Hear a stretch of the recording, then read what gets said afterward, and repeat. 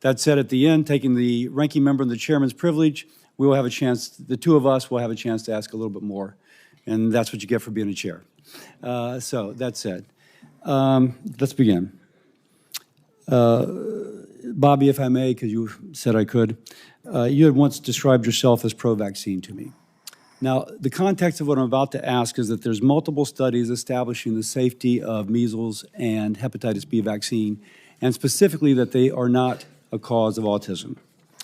In this position, and you have previously said yes, but if you are approved to this decision, to this position, will you say unequivocally, will you reassure mothers unequivocally and without qualification that the measles and hepatitis B vaccines do not cause autism?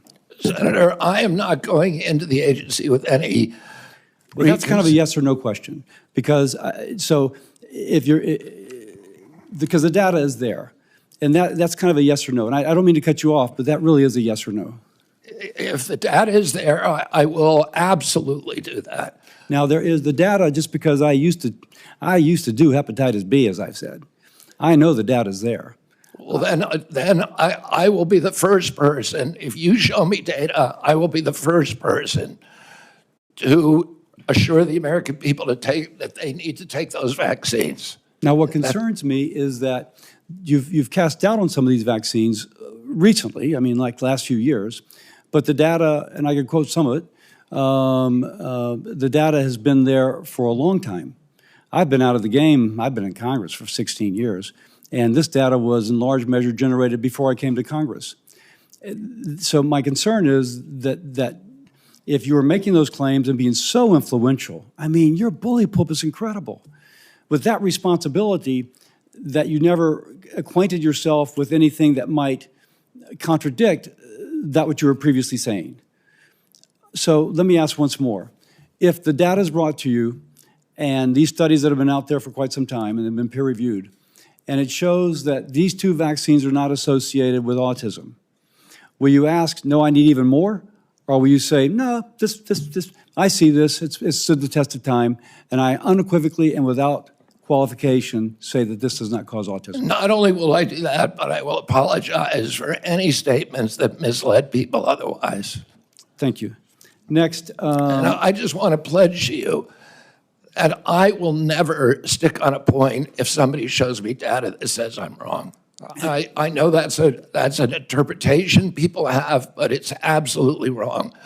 I am science-driven and evidence-driven. I think the concern is how persuadable people are. But let me go on because I have limited time. I'm going to hold myself to the same 5 minutes. Yesterday, Senator Bennett in Finance asked you if you had once previously made statements that Lyme disease was created as a military bioweapon, and you said you may have said that once. Do you still believe that Lyme disease was created as a military bioweapon? I've never believed that, Senator. What I said is that that we should always follow the evidence. There were 3 books suggesting that. I have not read them through. What I've said is we should always follow evidence, no matter what it says. So I never have said that definitively Lyme disease was created in a biolab. Okay. Next, again, this will be kind of a yes or no. Do you commit that you will revise any CDC recommendations only based on peer review, consensus-based, widely accepted science? In other words, not personal beliefs or the beliefs of any single person that you or your department may identify? Absolutely, Senator. I am not going to go into HHS and impose my preordained opinions on anybody at HHS. I'm going to empower the scientists at HHS to do their job and make sure that we have good science that's evidence-based, that's replicatable, where the raw data is published. I'm almost out of time, so let me get to another question. All right. Do you promise that FDA will not deprioritize or delay review and or approval of new vaccines, and that vaccine review standards will not change from historical norms?